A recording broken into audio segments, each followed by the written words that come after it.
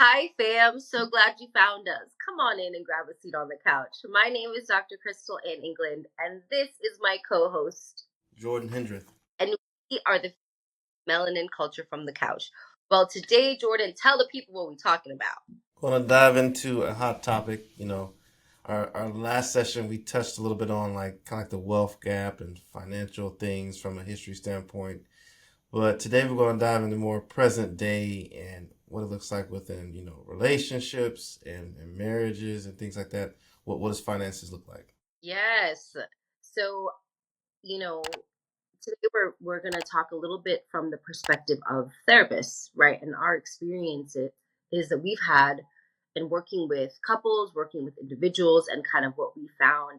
Something that I always find so interesting is when I talk to or work with couples, and I'll say, so have you guys sat down and looked at the finances? And one or both parties will say, we don't we don't even share accounts. Like, I don't really even know what much money he brings in, or I don't know what her paychecks are.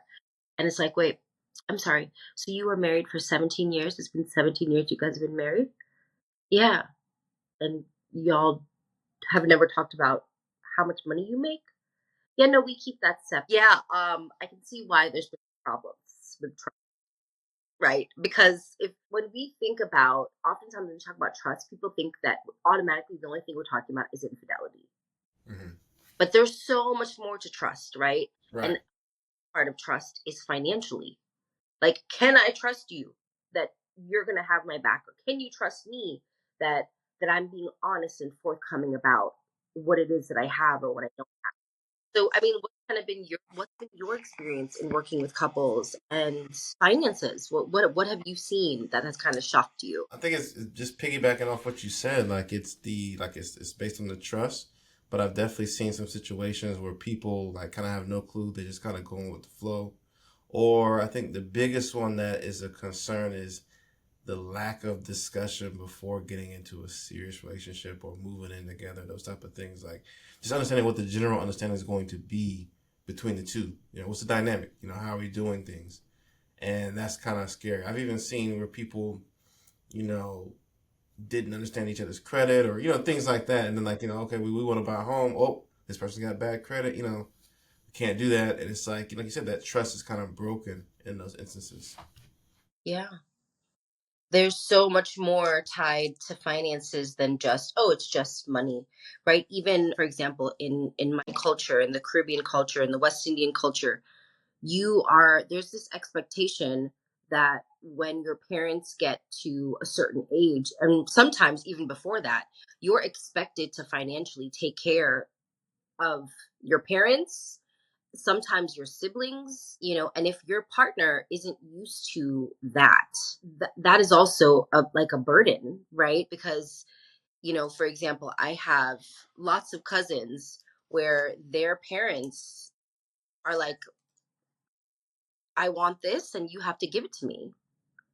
And their Wow. partners are just like, so you're going to give your mom what she's asking? Yeah, well, I've always done that. This is like within their finances, there's always been a spot for mom, Mm-hmm. right? But now that they're in like a serious relationship, the partner's questioning, like, this is what you do with your money? You give your mother all that money? Mm-hmm. Like, what about us? What are we building? Because I think of it always like this. No matter how we try to think of it, that resources are endless, resources are not endless, right? So if we have 10 of something, let's say 10 is our capacity. If you have your wife and your two kids, okay, they each get a part of that 10, Right. right? But now come on in and you add your mama. Now your mama taken away from the kids and she's taken away from your wife. Right. Now you add your granddaddy. Now Mm-hmm. granddaddy's taken away from the kid. And I don't always think people think about it that way, that like there is a cap on how much we have. And the more people you add, that means the more you're taking away from the people who really need it and deserve it, which are your kids and your wife, Mm-hmm. right? And a lot of times we're not having these conversations. Right. So you're right, Jordan. Like, where you move in together, and then it's like, I didn't know you were taking care of your mama. I didn't know you were paying all her bills, Mm-hmm. because we have this mortgage due and we can't pay for it. How are we going to do that?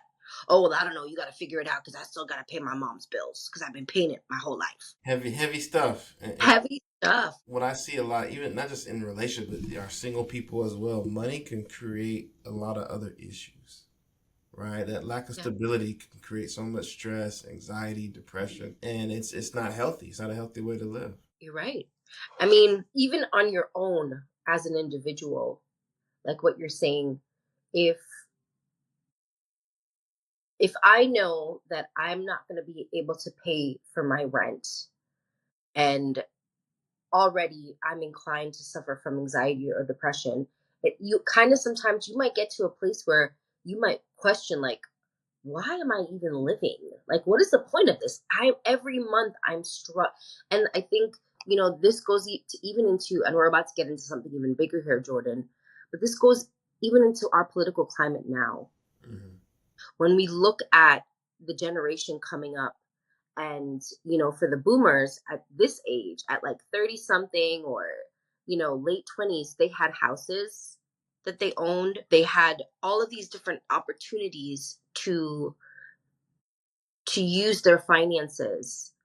And now, when we look at the generation that's coming up, people in their 30s and in their 20s, there's absolutely positively no way that they could ever financially stand on their feet, which is now, I forget the statistic, I'm gonna have to look it up, but it's like the most adult children living with their parents that's ever happened, Right. right? Statistically speaking. And that's huge because, I mean, for so many, it's like you're working and then for what? In our political climate, you still can't get ahead, Mm-hmm. right? Or even like all the debt. You go to school, they say, okay, well, if you get a master's, then you'll get a good job. You Right. go and Right. you get a master's, and what happens?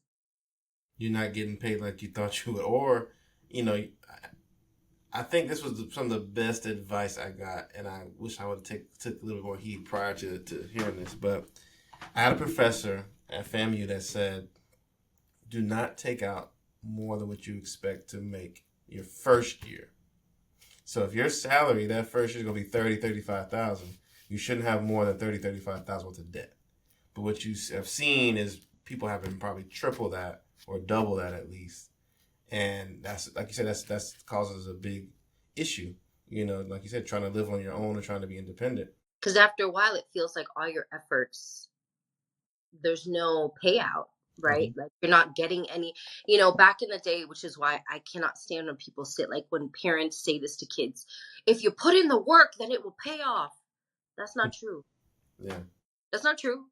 There's lots of people around the world putting in the work, and guess what? They die and they never got the payout. yeah.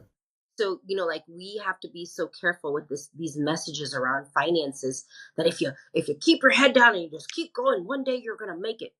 How, sir? How? No, it's very different now. You have to be more intentional. And I've even been telling like my younger clients, like I said, college or high school, like you just don't go to college just to go to college. Like you need to have a good idea after that first year of college of which way you plan to go. And it's like, and you have to be realistic about what lifestyle you want to live. Some people kind of want, luxury, fancier things. Well, then you need to kind of go into a field that's going to pay, high salaries and high pay. You can't go something that's, you're going to cap out at a certain salary that's not going to be able to afford the lifestyle that you want. Before I think we could get away with some of that stuff because it was like we could afford things and do things, but now you have to be really intentional about what you choose to get into as far as like can you sustain yourself. Yeah, you're absolutely right. I mean, so many people. I've had so many clients in the past that they have these MBAs. Okay, so what you do with that? What I mean, there's lots of things you can do with an MBA, right? But like, if you weren't thinking before about a specific niche that you were going into, nowadays everybody and their mother has an MBA. Right, right. So it's really important to be thinking about how can I use this degree to like close a gap that people really need, and in a way that I can make good money. Because even with, you know there's so many things that are changing. when we think about our parents, right? My mom and dad, they're boomers. My parents are 70. Both of my parents still work, Jordan, because they cannot afford financially to not work. Right. But keep in mind, both of my parents' homes are paid off. Mm. They have their own home, and both of them are paid off. And in this political climate, they still cannot afford to live without having a job. Wow. And they collect Social Security. Wow. So I'm saying all of that to say, like, and my parents don't live, these crazy lifestyles where they're driving brand new cars. Like my dad's car is paid off, my dad's house is paid off, but he can't do simple things like, for example, my dad is one of these people where he has been helping his mother in Jamaica Hmm. is for a majority of his life. So if he stops and only relies solely on his Social Security, he cannot send money back to his home country every month. He wouldn't be able to do that. Yeah. So that means he has no option, Hmm. right? And with my mom, she has her HOA, which is like a mortgage, and it just keeps going up, Wow. right? So even though her house is paid off, her Still HOA other keeps going expenses. up. It's like $600 a month. And this is like in a 55 and older community, Wow. right? So can you imagine? It's like for the old people who can't work, Hmm. like finances affect us at every stage of our life. And for you and me, Jordan, when we get to be 70, I don't know if Social Security will even exist for us. Right. Mind you, we've been paying into it. But I don't think we'll get, I think with everything that's happening, they're trying to do away with that. Yeah. I wouldn't bank on it. I wouldn't count on it to save you. But even that, like, let's talk about that for a minute. Something that I think is so that people don't talk about enough, and I don't know how your situation is, but as a therapist, owning my own business, having my own private practice, I don't have I'm not getting money for retirement. Hmm. I don't have a 401k, which sucks because I need to. I should figure out a way to open up my own, Yeah. right? But I I don't have that, right? So it's so I don't know, how do you maneuver through that as an entrepreneur? Right. So I did a lot of research before I went like, full time into this field. I already had an account. That was like, I had a Roth IRA set up and I was investing into that.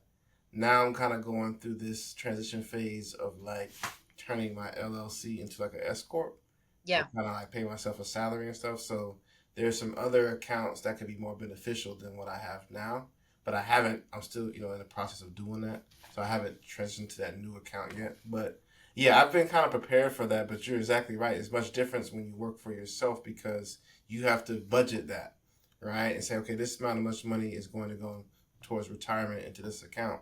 Versus when you have a regular job, you could pick here, pick there, and they just pull it from your check every 2 weeks or Yeah. whatever. So it's a And big difference. a lot of companies match, Right. right? So they'll give you, like, I remember the last company I was in, they were amazing. They matched like up to 4 to 6%.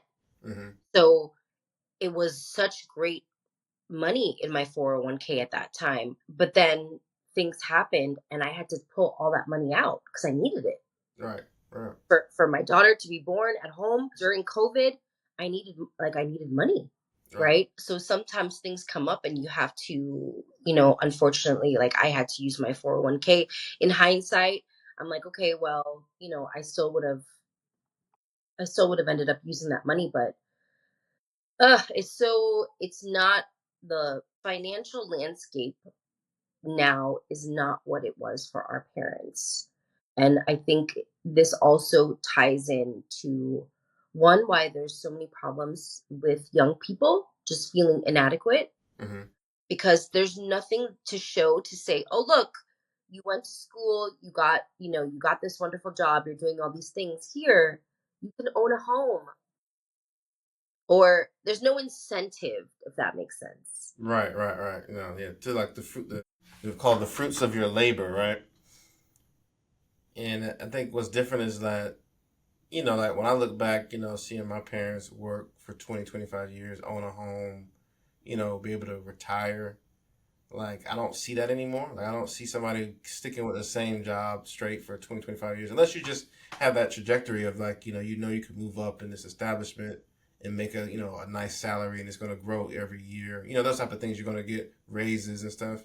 But I don't know too many companies or places that offer that, I see where people are working 15, 16 years just to get like a supervisor role, and their salary still doesn't bump up that much, or things of that nature. And then it's like, are you still able to afford where you're living at? Without having to have a side hustle or something like that. Well, I think that's just it, right, Jordan? I don't think nowadays we can be, we can really thrive having one profession. I think we have to be creative and figure out multiple ways to make money. And one thing I've always said, I will know that I am wealthy when I am sleeping and I wake up and money is in my account. Like money just like I wake up and I'm like, oh, Hmm. $5,000. Nice. Okay. Go back to sleep, wake up. Oh, $10,000. Like that, I feel like nowadays that is where you kind of have to be in order to be in a place of wealth, right? Is that Yeah, when you're absolutely. not physically working, but you have things set up that you're able to capitalize. And I hate even that word because, like, look at how we have to live now. We have to become a part of capitalism just so that we're not drowning. Hmm. The very system that we don't want to be a part of, we have to buy stake in. It's the whole narrative of just like you said before. Like before, you could trade time for money and you'd be okay. Like you said, the more you work, the more you made, the more you could put away and save. But now it's like the more you work, you're just still surviving versus like you said, kind of having things come in and being able to make money in your sleep. Yeah. So let me ask you this: what do you see on the positive side? I know he's kind of started off talking about relationships and money. Where have you seen success as far as relationships doing well with their finances and kind of having their stuff together per se? The couples that I see that do really well with their finances are the ones who like have meetings, right? So once a week or once a month, they come together, they get all the finances. All right, where's all the money going? What's the bills? But then they're also planning for the future. Okay, it looks like if we make some sacrifices here, maybe if we eat out less for the next like 6 months, we can afford to take a trip, right? So I think that the couples who are doing well financially are the ones who are sitting down and having consistent conversations and talks. But not only just that, but that both people are active participants. Because a lot of times, what I see is either the woman has no idea what anything, like she'll sit there with the man, but she has no idea what any of the bills are or how to even go online and pay them herself, Right. or the opposite, or the man will sit there, the woman's doing the bills, he's there with her, but he has no idea like how to actually pay his own credit card bill. Yeah, I've seen that too. But no, I'm glad you brought that up because that's something that I read a while, like several years ago, and I tried to incorporate read that with me and my wife, and I think we've been pretty successful with it. It's like meeting like every 2 weeks, Yeah. and like when there's a big transition, like talking about it, what's that gonna look like, planning things, kind of divvying up the responsibilities. Like I take care of this, you take care of that. Hmm. But when it comes to I think it's a good transition to talk about like how money is divvied up, right? I don't believe that there's just one true perfect way of doing it, right? I Yeah. do believe there's multiple ways of doing it. I do see the theory of, okay, everybody put the same money in the same pot and then we divvy everything up. I like that too. But I've also seen where maybe sometimes there's more established couples where Yeah. I have mine, you have yours, and we just keep things separate. But the main thing I think is the transparency and Yeah. everybody, both parties being okay with what is happening. Because like we were talking about before we started was that there's a lot of, well, I didn't know this about this person or whatever. And you can't have a relationship without some form of transparency, especially when it comes to finances. Like, what if like tomorrow something happens to your partner? Do they have life insurance? Hmm. Right? Do they have all this debt that you didn't know? Because that debt could be on, you could be on the hook for some of those things. Not everything, but something. So it's important to have some understanding of, okay, where does everything go? What does everything look like? what do we want us to look like, our future, and what are our expectations versus making any assumptions, especially when it comes to money. Yeah, for sure. And I think, Jordan, much like anything else, I think when it comes to finances, it's often overlooked that the way in which you were first exposed to finances is probably how you still interact with money now, which Hmm. is why you have to be really mindful. And some of those practices that you were exposed to as a child, you're going to bring that into your relationship, right? So, for example, at the age of 12, my parents were like, I don't trust her. I mean, my mom was like, I don't trust him. So what they came up with was that I was in charge of their finances. My mom would bring me her check, my dad would bring me his check. I Hmm. would We would go to the bank, I would cash them, and then I would pay the bills. And Hmm. then what was ever left, I would give them their allowance from the money Hmm. because they didn't trust each other. I was 12, Jordan, Wow. right? Like A young accountant. I had to know, like I knew how much my parents' mortgage was, I knew how Hmm. much the light bill was. To this day, still for my dad, I still check his accounts, Yeah. right? He Thankfully everything is automated now, so I've set him up on automation. But every single month, I am looking at how much money is coming out of his accounts, Hmm. and notice a difference. I'll be like, Dad, how come your water bill is like $89? It's usually around 54. What's Hmm. going on, right? Like, but I'm saying all of that to say, because of the way that I first came into contact with finances, I have a way that sometimes I want to be in charge. And Hmm. I have to reel back and realize that, like, this is not my parents' relationship. This is my relationship with my partner. Right. And the way that we're going to move through our relationship is not going to be, and I don't want it to be the same the way my parents did. Hmm. So, and to be honest, it's been so helpful that I don't have to play that role anymore of being in charge. Like my husband takes care of all of that, all of the bills. And then I do, for example, the way we divvy it up, he takes care of all the bills for the house, all of that stuff. And then I do everything that the kids need and everything of like groceries and Hmm. buying furniture and like, like the little things that make the house run on a day to day are the things I take care of. And that works. Like you said, there's no right or wrong way.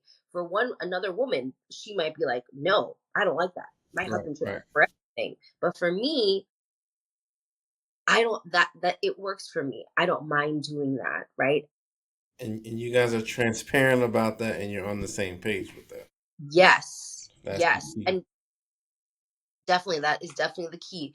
And keeping in mind what you're bringing in from the past of your childhood and how you first had that contact with money and how you're bringing that in with your new partner or with your partner, period, right? I know that there's so much more that we probably have to, that we can discuss about this, Jordan. Do you feel like there's anything else pressing in this moment that you wanted to add to this conversation? I'm just going to repeat if I haven't said it before. Please have these discussions prior to serious relationships, marriage, getting moving in together, right? Because so many times we see where people kind of are, what they say, in love, or all the emotions and things are there, and then they get together, and then these things really can drive a wedge in the relationship, or really ruin some things, some good things potentially, just because of not having this dialogue or having this transparency from the beginning. Yeah, definitely. And I mean, I guess this will have to be another show, but this whole debate about 50-50, all of this comes back to finances, right? The idea Mhm. of 50-50, and what does that even mean? And we're gonna have to do a show about that in and of itself. Right, right, right. But I know this is just the beginning. We know the beginning of this conversation, and there's so much more to discuss. But we thank you, family, for joining us and this discussion on finances and how it can affect the relationship. And please like, share, comment, subscribe. If you have anything that you want to share with us, any experiences, go ahead and put it down, and we would love to respond to you. Thank you so much, family. Peace, love, and melanin. Peace.